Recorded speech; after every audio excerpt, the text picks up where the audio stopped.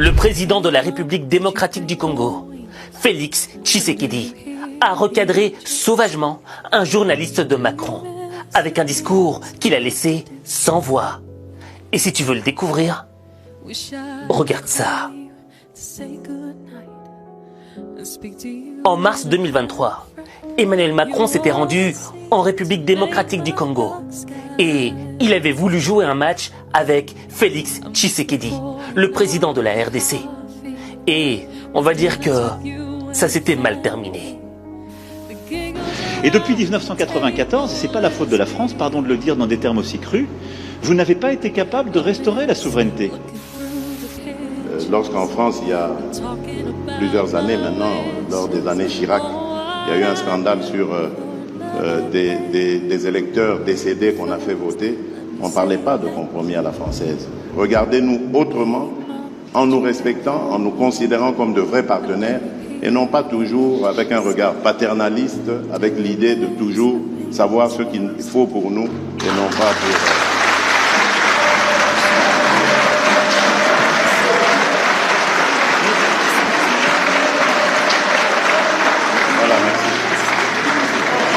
Je pense que le président Macron a oui, malgré les vivas, si le président Tshisekedi m'y autorise, je voudrais apporter un commentaire au commentaire.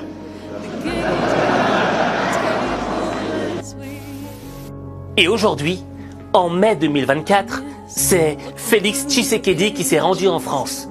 Et il a eu une conférence avec Emmanuel Macron. Mais sans match cette fois.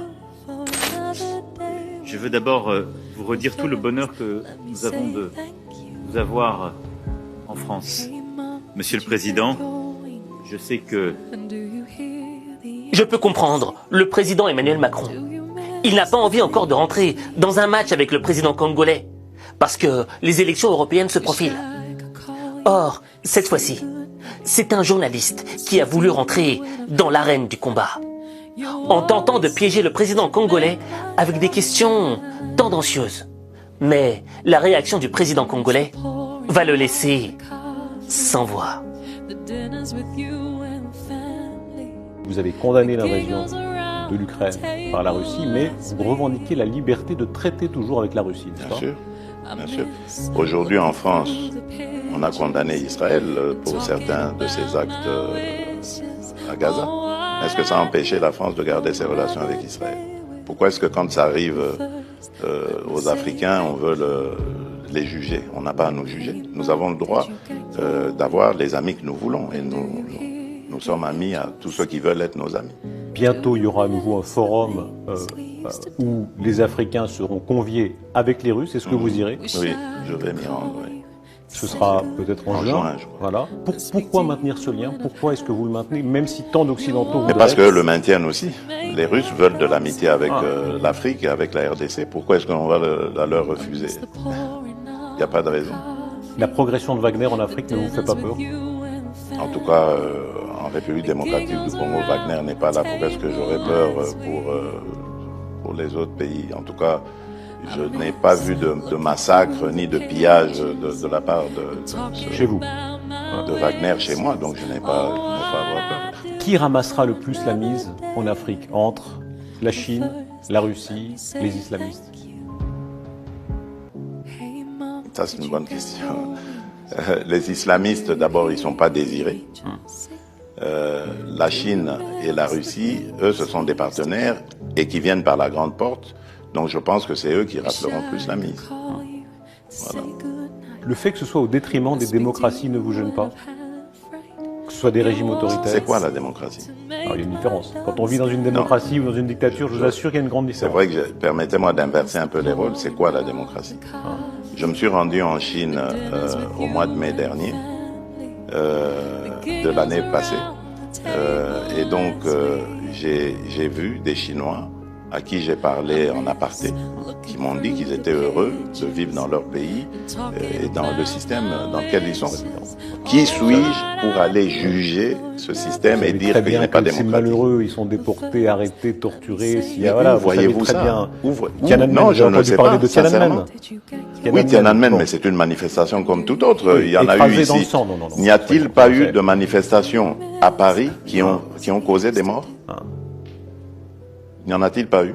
Vous croyez vraiment qu'on a enterré les gens comme à Tiananmen au bord des routes et de cette façon-là, qu'on écrase... Moi, j'ai vu. Vous avez des preuves de tout ça. C'est grave ce que vous dites. Est-ce que ça montre... Moi, je n'ai aucun élément pour dire ce que vous dites. Pourtant, j'ai longtemps vécu en Belgique. J'étais en Belgique à ce moment-là. Je n'ai pas vu ça. Donc moi, je n'ai pas parlé de ces choses-là. Je vous ai dit, moi, je me méfie aujourd'hui des médias. Parce que on peut faire dire tout ce qu'on veut aux médias tant qu'on a les moyens.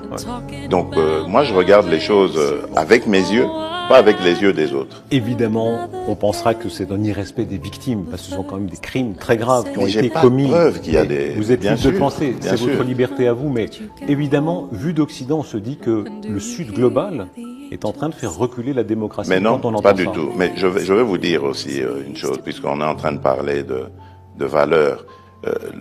Aujourd'hui, les crimes en République démocratique du Congo sont documentés, avérés. Et le responsable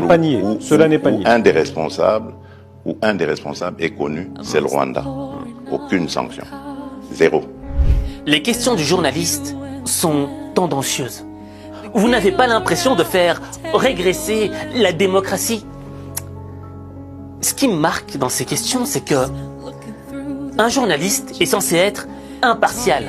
Raison pour laquelle, nous, public, on a tendance à faire confiance aux journalistes. Mais, au fil des décennies, la confiance du public a commencé à se réduire telle une peau de chagrin. Pourquoi? Parce que les journalistes ont perdu en crédibilité. Et comment ont-ils fait pour perdre cette crédibilité?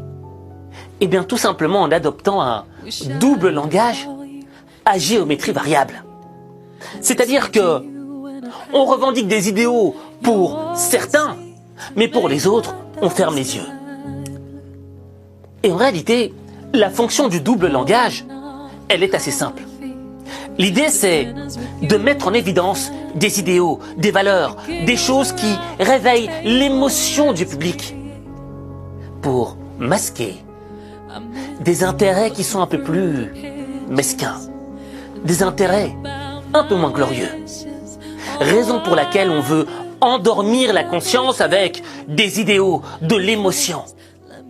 Parce que ça va nous permettre d'appuyer notre légitimité dans nos actions qui sont assez gênantes.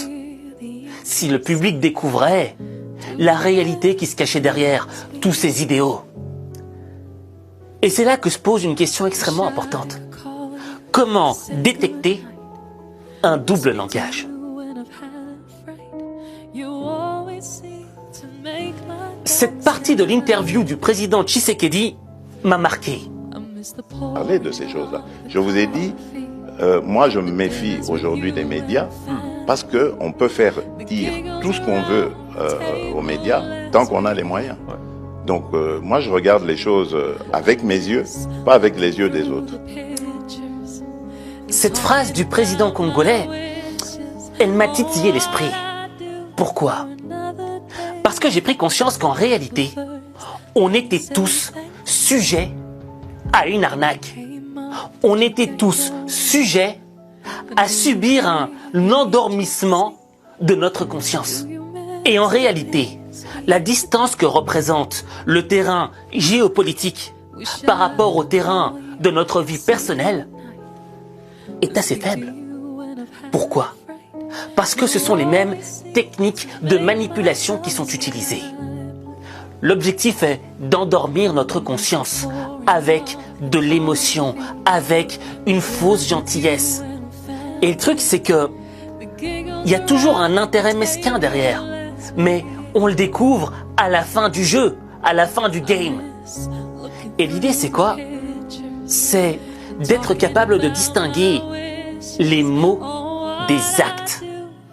Car ces deux éléments-là n'ont pas la même valeur. Et moi, il y a Une publicité qui m'a marqué à jamais. C'était une publicité japonaise qui vendait des piles. Et pour démontrer que ces piles, c'était pas du blabla, elle avait fait cette publicité.